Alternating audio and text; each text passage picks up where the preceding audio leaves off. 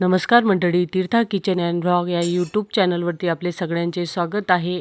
आज आपण आपल्या किचनमध्ये पाहणार आहोत एकदम मऊ आणि जाळीदार रवा बेसन ढोकळा, तोही कोणत्याही लाल डागाशिवाय। आणि सोबत आहे उन्हाळा विशेष चटपटीत कैरीची चटणी। ही चटपटीत चटणी ढोकळ्याबरोबर खूप छान लागते। चला तर रेसिपीला सुरुवात करूया। त्यासाठी मिक्सरच्या भांड्यामध्ये 10 ते 12 हिरव्या मिरच्या घेतल्या, 4 ते 5 छोट्या आकाराचे आल्याचे तुकडे आणि 7 ते 8 लसणाच्या पाकळ्या इथे घेतलेल्या आहेत। आता याची आपल्याला छान मऊसूत अशी पेस्ट करून घ्यायची आहे। इथे आपली पेस्ट तयार झालेली आहे। आता एका भांड्यामध्ये 1 वाटी रवा घेतलेला आहे।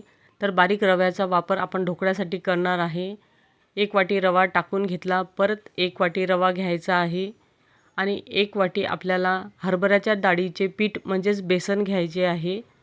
त्यानंतर पोहे खायच्या चमच्याने मोजून 3 चमचे साखर आपल्याला इथे टाकून घ्यायची आहे।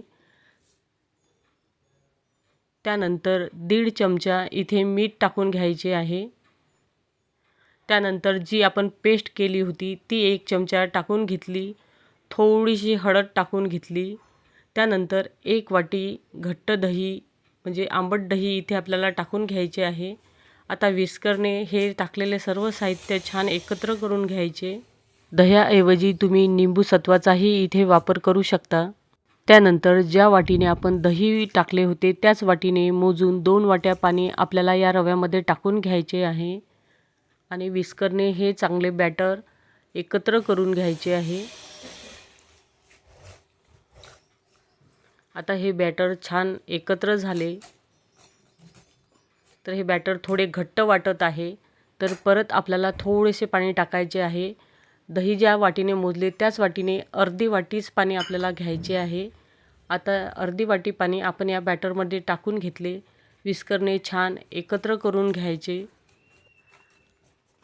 आता हे बॅटर आपलं छान एकजीव झालेलं आहे। आता याला आपल्याला झाकून 20 ते 15 मिनिट बाजूला ठेवून द्यायचं आहे। त्यानंतर आपण ढोकळा लावण्याची तयारी करू। तर मी इडली पॉटमध्येच हा ढोकळा लावणार आहे। तर इडलीच्या ज्या प्लेट आहेत त्याला मी अशा प्रकारे तेल लावून घेतले। रवा बेसन ढोकळ्याचं बॅटर हे बाजूला ठेवून आपल्याला 20 मिनिटं पूर्ण झालेले आहेत। झाकण उघडून पाहू आणि विस्करने हे बॅटर हलवून पाहू, तर रवा छान फुललेला आहे, रव्याने छान पाणी शोषलेलं आहे। आता आपल्याला इथे 1 पडी खायचे तेल टाकून घ्यायचे आहे। त्यानंतर विस्करने हे तेल चांगले बॅटरमध्ये एकजीव करून घ्यायचे आणि 2 ते 3 मिनिट एका दिशेने हे बॅटर आपल्याला फेटून घ्यायचे आहे। इथे आपले 3 मिनिट पूर्ण झाले। आपण एका दिशेने हे बॅटर फेटून घेतलेले आहे। तर या बॅटरची कन्सिस्टन्सी पाहू। चमच्यातून हे बॅटर टाकले की थोडी एकसंग धार पडते, म्हणजे बॅटर आपले योग्य कन्सिस्टन्सी असलेले आहे।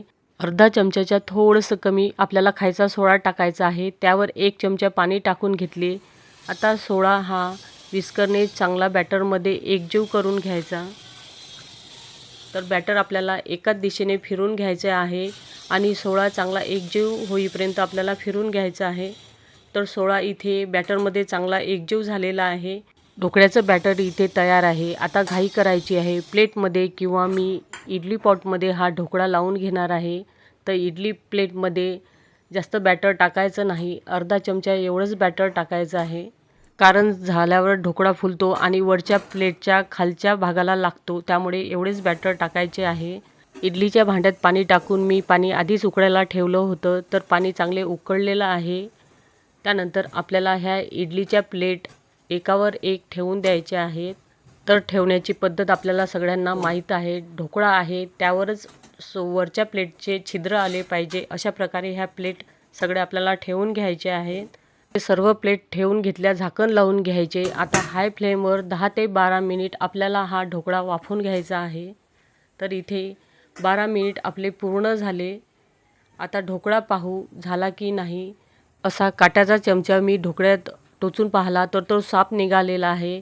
परत आपण दुसऱ्या ढोकळ्यामध्ये हा चमचा टोचून पाहू, तर या ढोकळ्यामध्येही हा काट्याचा चमचा टोचून पाहिला तर याला अजिबात बॅटर लागलेलं नाही। आता या ढोकळ्यावर झाकण ठेवून आपल्याला रूम टेम्परेचरवर हा ढोकळा थंड करून घ्यायचा आहे। त्यानंतर आपण चटणी बनवूया।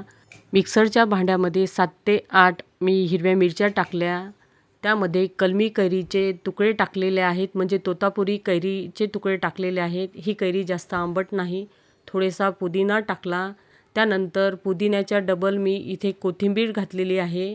2 आल्याचे तुकडे, 2 लसणाच्या पाकळ्या आणि मूठभर इथे फुटाणे किंवा फुटाण्याची डाळ तुम्ही इथे टाकू शकता. त्याऐवजी तुम्ही भाजलेले शेंगदाणे टाकू शकता. आता कैरीचा आंबटपणा बॅलन्स करण्यासाठी आपण इथे थोडासा गूळ टाकून घेतला, थोडंसं काळं मीठ, अर्धा चमच्याच्या वर इथे आपलं साधं मीठ टाकून घेतलं. आता हे आपल्याला मिक्सरमध्ये आबडधोबड फिरवून घ्यायचं आहे. आता मिक्सरचे झाकण उघडून पाहू. इथे आपल्याला काही बर्फाचे तुकडे आणि आपल्या आवश्यकतेनुसार, म्हणजे चटणी किती प्रमाणात पातळ किंवा घट्ट पाहिजे त्यानुसार इथे पाणी घालून घ्यायचं आहे. तर थंडच पाणी मी इथे टाकलेलं आहे. असं केल्यामुळे आपली चटणी ही काळी पडणार नाही. आता मिक्सरचे झाकण लावून परत आपल्याला चटणी ही मऊसूत फिरून घ्यायची आहे. तर इथे आपली कैरीची चटपटीत चटणी तयार आहे. तर चमचा फिरून पाहू. योग्य कन्सिस्टन्सी असलेली ही चटणी आहे. तुम्ही चटणीत गुळाऐवजी साखरेचाही उपयोग करू शकता. तर इथे आपली हिरवी चटणी तयार आहे आणि इथे आपले ढोकळेही छान रूम टेम्परेचरवर आलेले आहेत. चमच्याने काढून पाहू. ढोकळा चांगला रूम टेम्परेचरवर आला की लगेच निघतो आणि कापल्याही लवकर जातो. तर पहा, असा लुसलुसीत रवा ढोकळा तयार झालेला आहे. तर अजिबात यावरती लाल डाग पडलेले नाही. तर लाल डाग हे हळद जास्त प्रमाणात टाकल्यामुळेही पडतात. तर हळद ही एकदम सुरुवातीला टाकल्यामुळे लाल डाग येत नाही. इथे आपण खायचा सोडा वापरला तरीही लाल डाग आले नाहीत. आणि जेव्हा आपण ढोकळ्यात हा खायचा सोडा टाकतो तेव्हा हा खायचा सोडा जास्त जुना झालेला नसावा. जर सतत आपण जुना सोडा हा ढोकळ्यामध्ये टाकत राहिलो तर आपला ढोकळा चांगला फुलणार नाही. त्याचबरोबर सोड्याचा असा उग्र वास ढोकळ्याला येतो. संपूर्ण ढोकळ्याचे पीस आपण असे कापून घेतलेले आहेत. तर अशा प्रकारे ढोकळ्याचे चमच्याने मी 4 पीस केलेले आहेत. हा रवा बेसन ढोकळा छान मऊसूद असा फुललेला आहे. हा दुसऱ्या दिवसापर्यंतही असाच नरम मऊसूद राहतो. चला तर आपण ढोकळ्याला फोडणी देऊ. कढईमध्ये तेल टाकून घेतले. तेल गरम झाल्यानंतर मोहरी टाकून घ्यायची आहे. मोहरी छान तडतडली की आपल्याला थोडेसे जिरे टाकून घ्यायचे आहे. जिरे चांगले फुलले की आपल्याला अर्धा चमचा इथे हिंग टाकून घ्यायचा आहे. त्यानंतर 2 ते 3 चमचे इथे तीळ टाकून घ्यायचे आहेत. भरपूर कढीपत्ता टाकायचा. आता टाकलेले सर्व साहित्य चांगले तेलात परतून घ्यायचे. हे परतल्यानंतर जे आपण पेस्ट केली होती आधी हिरवी मिरची, लसूण, आल्याची, ती 1 चमचा टाकून घ्यायची. याऐवजी तुम्ही हिरव्या मिरचीचे तुकडे टाकू शकता. तर मी ही पेस्टच टाकून घेतली. यामुळेही आपल्या ढोकळ्याला छान खमंगपणा येतो. आता हिचा कच्चेपणा जाईपर्यंत ही तेलात परतून घ्यायचे. त्यानंतर कोथिंबीर घालायची. कोथिंबीरही तेलात थोडीशी हलकीशी परतून घ्यायची आहे. आणि यामध्ये थोडंसं या मसाल्याला चव येईल एवढंच मीठ टाकून घ्यायचं आहे. तर थोडंसं मीठ टाकून घेतलं. आता हे छान एकजीव करून घ्यायचं. आणि एकजीव झाल्यानंतर आपण जे ढोकळ्याचे तुकडे केले होते ते इथे लगेच टाकून घ्यायचे आहे. आता कढईमध्ये टाकलेले सर्व साहित्य आणि हे ढोकळ्याचे पीस चांगले चमच्याने खालीवर करून घ्यायचे आहे. म्हणजे आपण जो मसाला परतून घेतला होता त्याचे कोटिंग आपल्या ढोकळ्यावर झाले पाहिजे. आता हे छान एकजीव झालेले आहे आणि आपला ढोकळा हा खाण्यासाठी तयार आहे.